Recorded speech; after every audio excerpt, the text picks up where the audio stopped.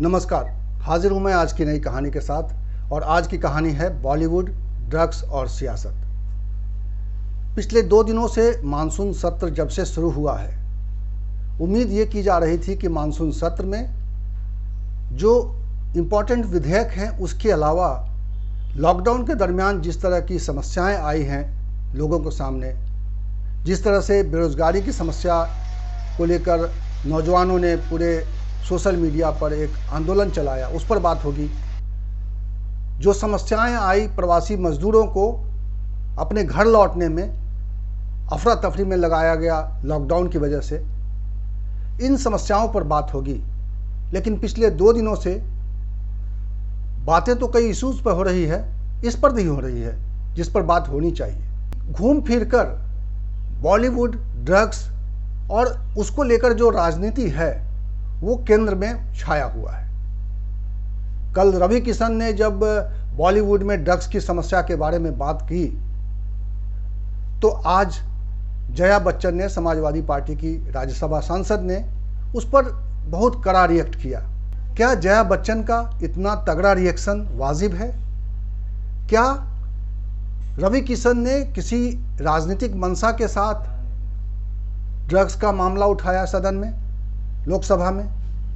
ये सवाल अब एक बड़ा सियासी रूप ले चुका है और लगता है कि आने वाले समय में इस पर और भी बात होगी,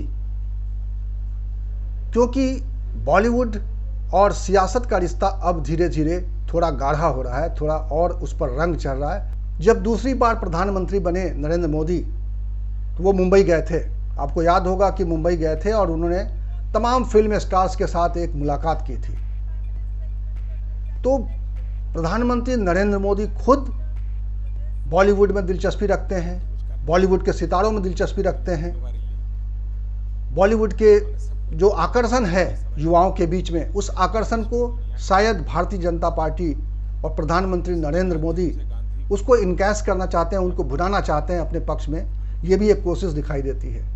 हालांकि जो उन्होंने यात्रा की थी बॉलीवुड की, उन्होंने जो यात्रा की थी मुंबई की, उस यात्रा के पीछे मकसद ये बताया गया कि वो चाहते थे कि सितारे, बॉलीवुड के सितारे, महात्मा गांधी के जो विशेष कार्यक्रम होंगे आने वाले समय में, उसको लेकर वो तैयारी करें और उस पर वो काम करें। वो दिखाई दिया। लेकिन इसके अलावा भी चूँकि एक गुजरात कनेक्शन भी है बॉलीवुड के साथ, ढेर सारे गुजरात के प्रोड्यूसर, डायरेक्टर हैं वहाँ पे सक्रिय हैं, और पड़ोसी राज्य होने के नाते भी वहाँ पे गुजरातियों की संख्या अच्छी खासी है। तो बॉलीवुड में प्रधानमंत्री की दिलचस्पी साफ तौर पे पहले से रही है। जिस तरीके से सुशांत सिंह राजपूत केस में जो मामला आया है, और वहाँ एक राज्य में एक ऐसी सरकार है जो बीजेपी को पसंद नहीं है, उस नाते भी बॉलीवुड इम्पॉर्टेंट हो गया है और बॉलीवुड की सियासत इम्पॉर्टेंट हो गया है। और एक बात और हुई है, 2014 के बाद अगर देखा जाए तो बॉलीवुड इतना पॉलिटिकली डिवाइडेड पहले कभी नहीं रहा जितना कि 2014 के बाद दिख रहा है, साफ तौर पे दिख रहा है। कुछ सितारे सरकार के साथ खुलकर हैं, वो खुलकर सरकार का समर्थन करते हैं, वो खुलकर प्रधानमंत्री की तारीफ करते हैं, उनके लिए अच्छी बातें लिखते हैं। ट्विटर्स पे भी उनके पोस्ट आप देख सकते हैं कि कौन, इसके लिए ज़्यादा दिमाग लगाने की ज़रूरत नहीं होती कि कौन किसके साथ खड़ा है। ट्विटर हैंडल से आप समझ सकते हैं कि कौन किसके साथ खड़ा है। कुछ लोग सरकार के साथ खड़े हैं, सरकार की तारीफ में ढेर सारी बातें करते हैं, और कुछ लोग सरकार के खिलाफ खड़े हैं और खुलकर खड़े हैं, वो रोज़ सरकार की आलोचना करते हैं। तो इसलिए आप ये कह सकते हैं कि आज जो बॉलीवुड है वह पूरी तरह से पॉलिटिकली डिवाइडेड है, 2 ध्रुवों में डिवाइडेड है, ये साफ है। और ऐसे में हर बात का एक उस ओर पलट जाना बहुत स्वाभाविक है। ऐसा लग रहा है कि बॉलीवुड या तो इस पार है या उस पार है, और ड्रग्स का धंधा, जो ड्रग्स का कनेक्शन है बॉलीवुड के साथ, उसको लेकर भी एक 2 ध्रुवीय कोशिश दिखाई दे रही है। जबकि यह सच्चाई है कि बॉलीवुड में ड्रग्स एक बड़े अवगुण के रूप में सामने आया है, और पिछले कई सालों में बॉलीवुड और ड्रग्स के बीच में एक रिश्ता साफ तौर पे दिखाई दिया है। एक नहीं कई उदाहरण आपको दिखाई देंगे जब बॉलीवुड का ड्रग्स से रिश्ता सामने आता है और आया है। और ये पहली बार नहीं है जब सुशांत सिंह मामले में जब पूरी छानबीन शुरू हुई, सीबीआई ने जांच शुरू की, तो उसकी कड़ी जुड़ते जुड़ते और ड्रग्स पे जाकर टिक गई है और रिया चक्रवर्ती को इस बारे में, इस संबंध में गिरफ्तार कर लिया गया रिया चक्रवर्ती को। और उसके बाद जब पूछताछ से जो सूची बनने लगी है और कहा जा रहा है कि एनसीबी ने 25 ऐसे बॉलीवुड के नामचीन लोगों की सूची बनाई है जिनसे इस बारे में पूछताछ होगी और उनके ड्रग कनेक्शंस को लेकर बातचीत की जाएगी। तो ऐसे वक्त में अगर रवि किशन ने ये बात सदन में उठाई तो मेरे ख्याल से कोई गलत नहीं है। इस वक्त जब बॉलीवुड को ज़्यादा मैच्योरिटी के साथ एक इंडस्ट्री के रूप में व्यवहार करना चाहिए था, क्योंकि अब बॉलीवुड पहले से बड़ा हो गया है, उसके साथ एक और बड़ी इंडस्ट्री जुड़ गई है, वेब सीरीज वहाँ बनने लगे हैं और इंटरनेशनल लेवल पर बॉलीवुड में सक्रियता बढ़ गई है। विदेशी कंपनियां वेब सीरीज प्रोड्यूस करने के लिए बॉलीवुड की ओर बहुत आशा और उम्मीद के साथ देख रही हैं, बहुत सारा पैसा इन्वेस्ट कर रही हैं और वहाँ पे नौजवानों के लिए रोजगार की एक बड़ी संभावना बन रही है। तो जाहिर तौर पे बॉलीवुड एक बड़े इंडस्ट्री के तौर पे ग्रो कर रहा है और ग्रो करने की उसकी संभावना बढ़ती जा रही है। ऐसे में अगर बॉलीवुड ज़्यादा संजीदगी से उस दिशा में काम नहीं करेगा और इंडस्ट्री के नियमों और मानकों के हिसाब से काम नहीं करेगा और इस तरह की साजिशों, इस तरह की गोलबंदी में उलझ जाएगा, इस तरह के माफिया गैंग के साथ उसका कनेक्शन बन जाएगा और इस तरह के गलत गतिविधियों में अगर बॉलीवुड शामिल हो जाएगा तो जाहिर है कि वो रास्ता भटक जाएगा और एक बहुत बड़ी संभावना रोजगार को लेकर जो दिखाई दे रही है। जया बच्चन ने ठीक कहा कि 5 लाख लोग सीधे तौर पे रोजगार वहाँ पाते हैं और 50 मिलियन, शायद 5 मिलियन की बात की उन्होंने कि 5 मिलियन लोग इनडायरेक्ट रूप से इंडस्ट्री से जुड़े हैं और उनको रोजगार मिलता है। यह सच्चाई है कि आज एक बड़ी संख्या में, बड़ी तादाद में आज नौजवानों को, और वो कला से क्षेत्र से जुड़े हुए हों या तकनीक क्षेत्र से जुड़े हुए हों या किसी और क्षेत्र से जुड़े हुए हों, बॉलीवुड एक रोजगार का बड़ा माध्यम बन गया है। और ऐसे समय में जब रोजगार को लेकर इतनी बड़ी समस्या है देश के सामने, जब हमारे नौजवान रोजगार की चाहत में पता नहीं क्या क्या कर रहे हैं, कहाँ जा रहे हैं और किस तरह के यत्न करने पड़ रहे हैं, ऐसे में एक संभावनाशील क्षेत्र में अगर कोई समस्या है तो उस पर बात होनी ही चाहिए और सकारात्मक बात होनी चाहिए, उसके पीछे राजनीति नहीं होनी चाहिए। लेकिन शायद रवि किशन ने भी अपनी बात को शायद बहुत संजीदगी के साथ नहीं रखा, बहुत हड़बड़ी में रखा, बहुत विस्तार से नहीं रखा, इसलिए भी एक कन्फ्यूज़न क्रिएट हुआ और इसीलिए भी ये विवाद बना। मैं चाहूँगा कि आप पहले रवि किशन और फिर जया बच्चन ने जो कहा है अलग अलग सदनों में, वो आप सुन लीजिए। हमारे देश में ड्रग ट्रैफिकिंग, ड्रग एडिक्शन की समस्या बढ़ती जा रही है। हानिकारक दवाओं के सेवन के माध्यम से देश की युवा पीढ़ी को बर्बाद करने की साजिश रची जा रही है। मुझे दुख के साथ कहना पड़ रहा है कि इस साजिश में हमारे पड़ोसी मुल्कों का हाथ है। प्रतिवर्ष चीन और पाकिस्तान के रास्ते देश में भारी मात्रा में नकली दवाइयों की तस्करी होती है, मंगाई जाती है, पंजाब के रास्ते, नेपाल के रास्ते। और नशे की दवाइयां हमारी फिल्म इंडस्ट्री में भी इसके एडिक्शन करवा दी। अरे सुनो यार, हमारी वो एडिक्शन आज हमारी सरकार ने कई लोगों को पकड़ा है, पकड़े जा रहे हैं। NCB is doing very good work. But महोदय, दुख की बात है कि इस प्रकार की गतिविधियां हमारी इंडस्ट्री के द्वारा भी, जहां पे स्टारों को देखा जाता है, उनको रोल मॉडल माना जाता है, तो मैं आपके माध्यम से केंद्र सरकार से आग्रह करता हूं, अपनी सरकार से, जो हिसाब से आज हम लोग एकदम इनको चारों तरफ पकड़ रहे हैं, तो ये सख्त कार्रवाई की जाए, दोषियों को जल्द पकड़ा जाए, उन्हें उचित सजा दी जाए तथा पड़ोसी देशों की जो साजिश है युवा पीढ़ी को बर्बाद करने की, उस पर रोक लगाई।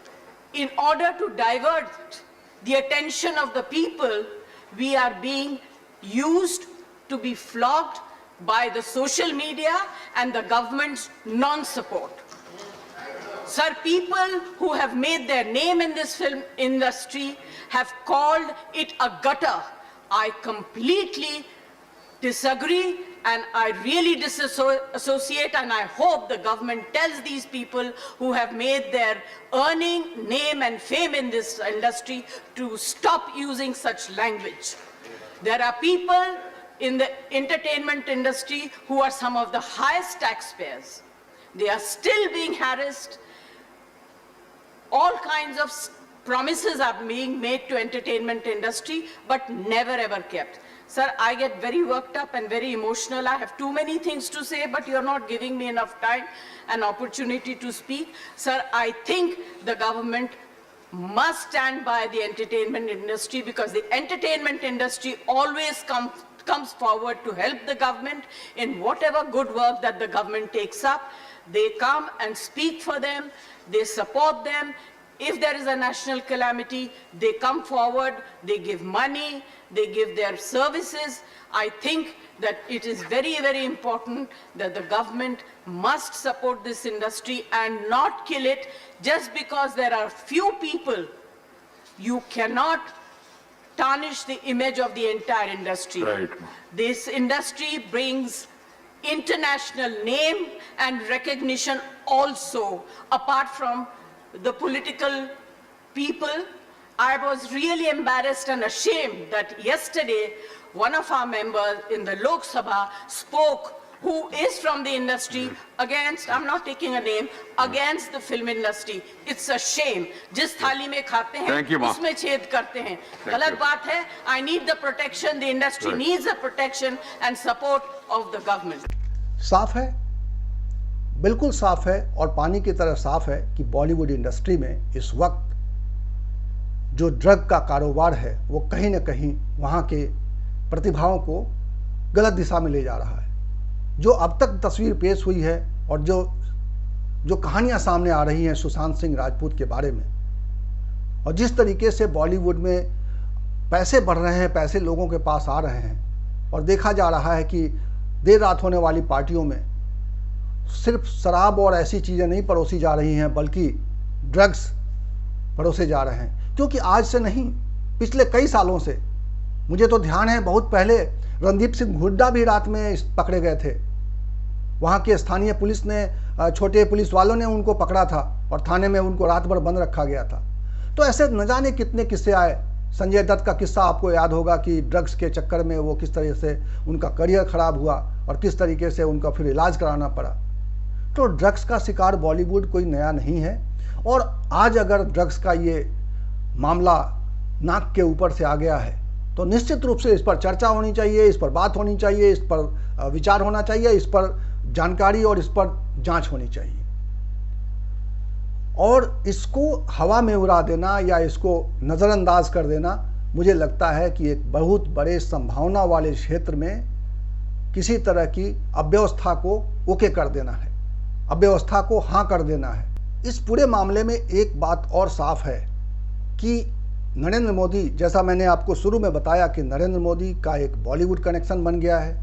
बहुत सारे सितारे, बहुत सारे बॉलीवुड की सेलिब्रिटीज़ उनसे सीधे संपर्क में रहती हैं, उनको पसंद करती हैं, उनके ट्वीट्स को लेकर उत्साहित रहती हैं. और दूसरी तरफ एक दूसरा खेमा भी है जो उनके खिलाफ में खड़ा रहता है. और अब जबकि महाराष्ट्र में ऐसी सरकार है जो बीजेपी को पसंद नहीं है या बीजेपी का विरोध करने वाली सरकार है, इस नाते भी बॉलीवुड महाराष्ट्र और केंद्र को लेकर एक नई सियासी लकीर खींच गई है.